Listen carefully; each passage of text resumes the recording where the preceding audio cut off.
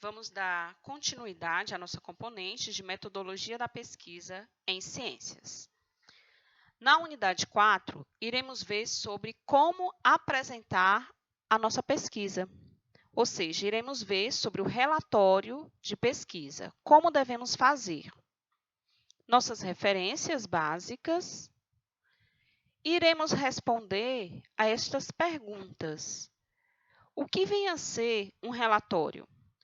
Um relatório ele pode ser definido como um conjunto da descrição, sendo que essa descrição ela deve ser completa e coerente dos resultados e de todo o percurso realizado para essa pesquisa. Tá? Então, eu sigo uma metodologia científica na pesquisa e eu devo demonstrar, no mínimo, essas quatro características devem estar no meu relatório, que é a definição das técnicas e a aquisição dos dados, como que eu fiz essa coleta, como que eu vou apresentar esses resultados e a análise desses resultados. Isso deve constar no meu relatório de pesquisa. Um relatório deve formular o problema estudado, enquadrar o trabalho realizado comparativamente a outros disponíveis na literatura, descrever os métodos utilizados na resolução do problema, caracterizar o desempenho dos métodos usados e apresentar as conclusões. O relatório deve ser organizado de forma a permitir uma compreensão fácil do trabalho realizado, admitindo-se que o leitor possui conhecimento básico, mas não conhece o problema estudado. Então, eu costumo muito falar que quando você não escreve para você, você escreve para o leitor. Então, você tem que se preocupar se aquela sua escrita ela está entendível para o leitor. O relatório deve dar ao leitor, de forma gradual, a informação necessária para a compreensão do problema, dos métodos usados e dos resultados obtidos. Assim, não devem ser usados conceitos que não tenham sido anteriormente definidos, exceto quando são de uso corrente. Qual é a principal finalidade do relatório? A finalidade de um relatório de pesquisa é a de comunicar os processos desenvolvidos e os resultados obtidos em uma investigação, dirigido a um leitor ou público-alvo específico, dependendo dos objetivos a que se propôs. Existem vários tipos de relatórios de pesquisa, como, por exemplo, os resumos, resenhas, artigos, projetos, monografia, dissertação, teses, entre outros. De acordo com Lakatos e Marconi, o que vai diferenciar os tipos de relatório é a relação com a sua originalidade, a profundidade e a extensão. Para a escrita de um relatório de pesquisa, eu tenho que seguir algumas normas. Essas normas, uma normatização da escrita, quantas páginas, quanto o relatório deve ter um resumo, uma introdução, um objetivo. Quem dita essas regras é a ABNT, tá? Então, as normas de formatação técnicas dos trabalhos acadêmicos são gerenciadas pela Associação Brasileira de Normas Técnicas, ABNT. Trata-se de uma entidade privada, sem fins lucrativos, fundada em 1940, que atua na área de certificação técnica. As principais normas da ABNT são estas, para trabalhos acadêmicos, como que eu faço uma citação, uma referência, a numeração, como deve ser, o sumário, resumo, resenha. Então, tudo isso eu vou encontrar na ABNT. De acordo com a ABNT, como que deve ser a estrutura de um relatório de pesquisa. Como, por exemplo, um TCC. Ele deve ter os elementos pré-textuais, que antecedem o texto, os textuais e os elementos pós-textuais.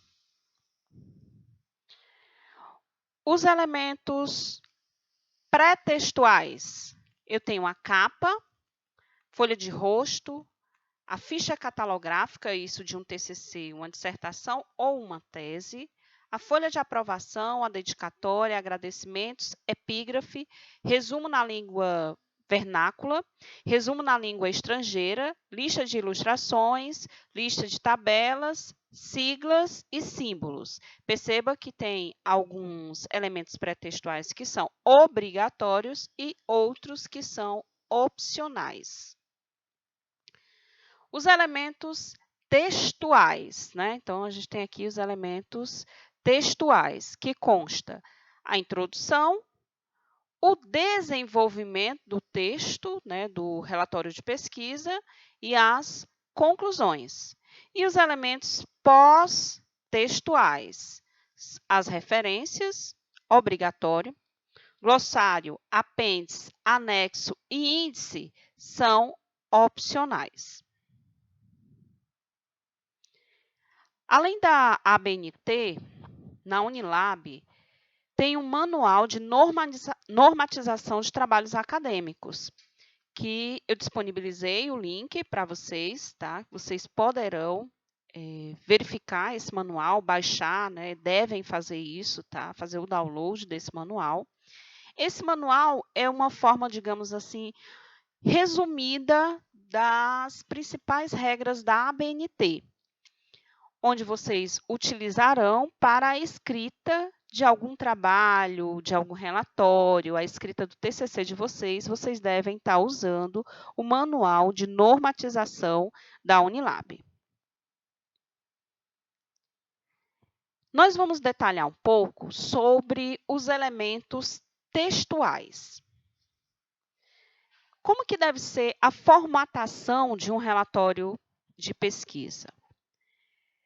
Sugere-se a letra Arial ou Times New Roman 12, espaçamento entre linhas de 1,5 entre as linhas, parágrafo com recuo de 2 centímetros e o texto justificado. Então, não posso escrever um relatório com qualquer letra que eu queira, tá? Então, sugere-se Arial ou a Times New Roman. Na introdução, estamos falando sobre os elementos textuais, que é o corpo, né, do relatório de pesquisa. Então, deve conter a introdução, que ela deve apresentar a temática de uma forma geral, a relevância, a justificativa, a questão problema, norteadora do estudo, a metodologia de uma forma bem resumida, o objetivo geral e os objetivos específicos. Geralmente, a introdução é feita em 2 laudas. Utilizar citações na introdução fica a critério do autor. As citações devem estar dentro das normas, assim como todo o trabalho, né, todo o relatório, dentro das normas da ABNT. A introdução, eu diria que é uma das principais partes escritas do relatório, porque é nela que você vai direcionar o leitor, situar o leitor de todo o contexto que ele vai encontrar naquele relatório. Então, ela deve deixar claro o que foi analisado, como e por quê. Deve limitar o tema, esclarecer sobre o alcance da investigação e as suas bases teóricas gerais. Ela tem, acima de tudo, um caráter didático de apresentar o que foi investigado, levando-se em conta o leitor a que se destina e a finalidade do trabalho. Então, como você escreve para o outro, você escreve para um leitor, é importante que você saiba a que se destina aquela sua leitura, para quem ela está destinada, tá? Qual é o grau de entendimento daquele meu leitor? Então, eu tenho que ser o mais claro possível.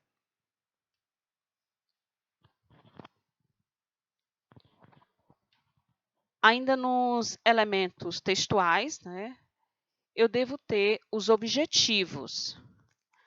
Os objetivos, eles se dividem em objetivo geral, que ele deve apresentar a ideia central de um trabalho acadêmico, e os objetivos específicos, que compreende etapas intermediárias, que, sobre aspectos instrumentais, permite você, né, o pesquisador, a chegar ao objetivo geral. O exemplo que eu comentei com vocês na unidade 3 foi com relação ao tema, né, o impacto da pandemia do SARS-CoV-2 no processo de ensino e aprendizagem de ciência. Então, qual seria o objetivo geral? Estudar o impacto da pandemia do SARS-CoV-2 no processo de ensino e aprendizagem de ciências. Quais são os objetivos específicos? Ou seja, o que eu preciso fazer, o que eu estou me propondo a fazer para alcançar esse objetivo geral? Aí eu vou pensar nas etapas necessárias para que o meu objetivo geral seja alcançado. Então, eu tenho os objetivos específicos. Comparar a frequência e a evasão escolar antes, durante e após o isolamento social. Comparar as notas avaliativas antes, durante e após o isolamento social. Buscar entender como a escola trabalhou no ensino remoto e híbrido. Verificar a acessibilidade e o uso das TDICs, das tecnologias digitais da informação e comunicação, durante a pandemia por parte dos docentes e discentes. Então, perceba que todos esses objetivos específicos, eles vão me ajudar a explicar o objetivo geral do meu trabalho.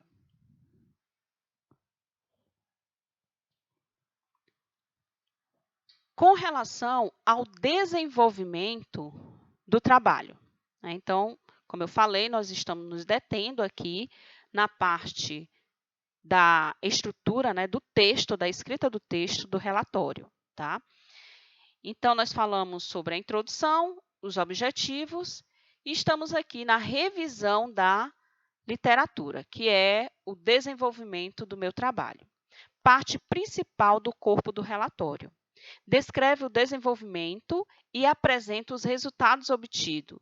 Divide-se em seções e subseções que variam em função da abordagem do tema e do método. Então, essas seções, dentro da revisão da literatura, eu posso ter subseções, tá? Da mesma forma, na metodologia ou procedimento metodológico, eu posso subdividir esse tópico de acordo com o que eu ache que será necessário e que ficará de uma forma didática para o leitor. Então, na revisão da literatura, consiste em uma síntese a mais completa possível referente ao trabalho e aos dados pertinentes ao tema, dentro de uma sequência lógica. Na metodologia, explicitação dos procedimentos metodológicos, incluindo a descrição dos instrumentos de pesquisa, a observação, questionário, formulário, testes, equipamento, as escolas. Então, tenho que detalhar como foi feito todo o levantamento dos meus dados. Indicação do tratamento, inferência estatística, seleção, né, do sujeito, como que eu fiz essa seleção dessa minha amostragem, de que forma que eu fiz, eu tenho que detalhar. Informações sobre a coleta dos dados.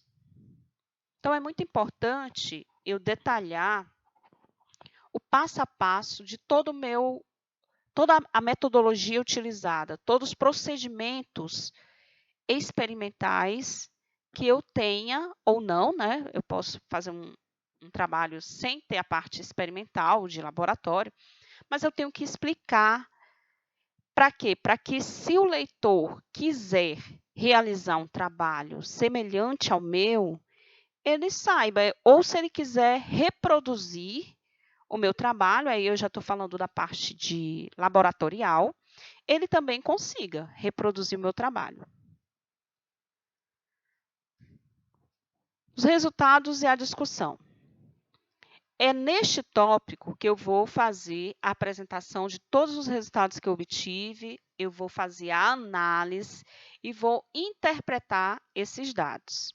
Então, eu devo apresentar, né, e discutir os resultados alcançados, correlacionados com o sentido intrínseco da hipótese da pesquisa. Demonstração é nesse tópico que eu vou demonstrar as relações existentes entre o fato ou fenômenos estudados e o que existe na literatura. O que eu vou comparar os meus resultados, os meus dados, com os resultados de outros pesquisadores. Aí você diz, professora, mas o meu trabalho ele é totalmente inédito. Não tem como eu fazer essa comparação, porque ele é totalmente inédito.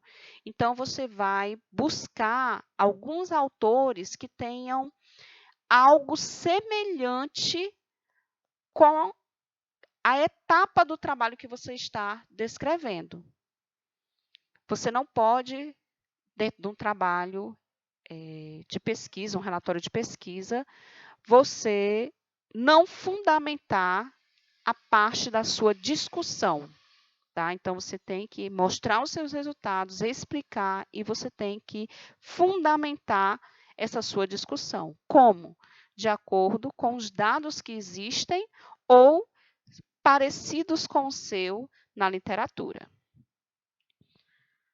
A interpretação crítica dos dados, verificando se os mesmos comprovam ou refutam as hipóteses levantadas. A apresentação desses dados. Como que é feita a apresentação desses dados? Eu vou organizar esses meus dados, por exemplo, em tabelas, apresentar gráficos, vou mostrar figuras para que o meu leitor ele possa entender todo o percurso do meu trabalho.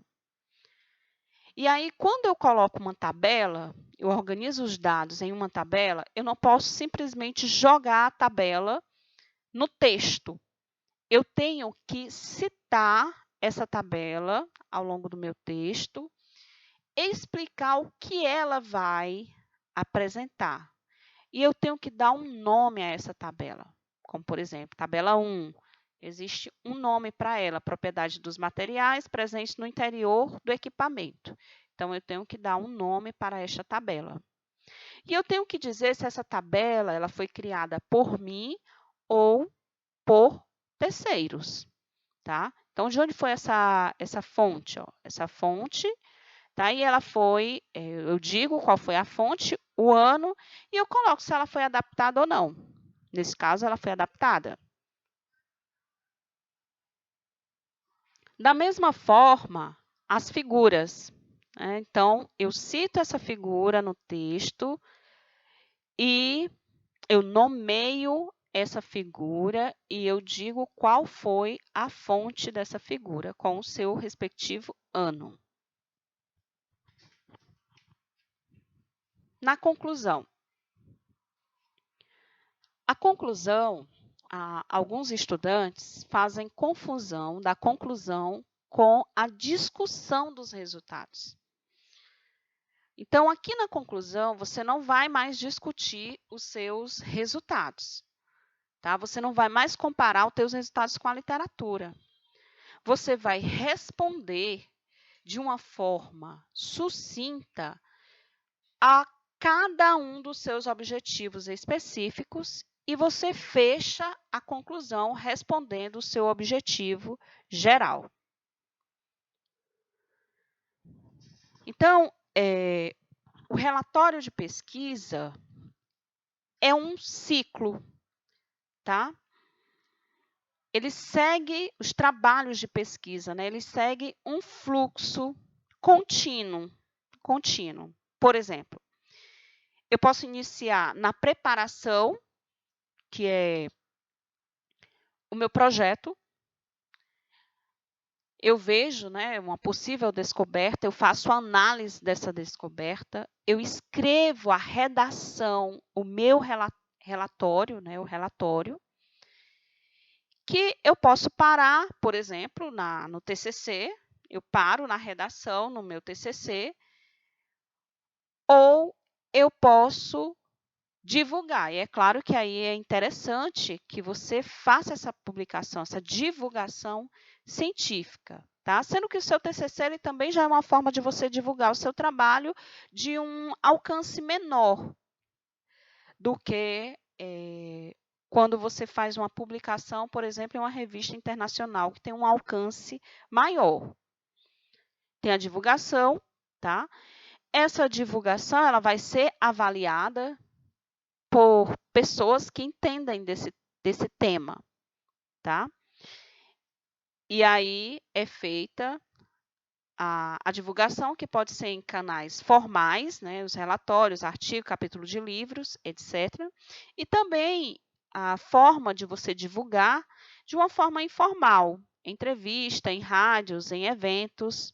E aí segue, né, novamente aqui com essa publicação, com a publicação, de repente a sua publicação gera a ideia para outra pessoa preparar um novo projeto de pesquisa, e assim sucessivamente. A importância do rigor científico e seus princípios aplicados nos relatórios. Então, é muito importante você seguir princípios na escrita de um relatório, de um TCC, de uma tese, de um artigo, de uma resenha. É muito importante. Esses princípios, eu alenquei aqui alguns princípios gerais. A honestidade, a confiabilidade, a objetividade, a imparcialidade, o cuidado, o respeito, a veracidade dos dados. Eu não posso estar inventando os dados. A responsabilidade. Tudo isso implica na integridade da pesquisa, que será tema da nossa próxima unidade. Algumas referências utilizadas. E eu deixo vocês com a frase de Benjamin Franklin.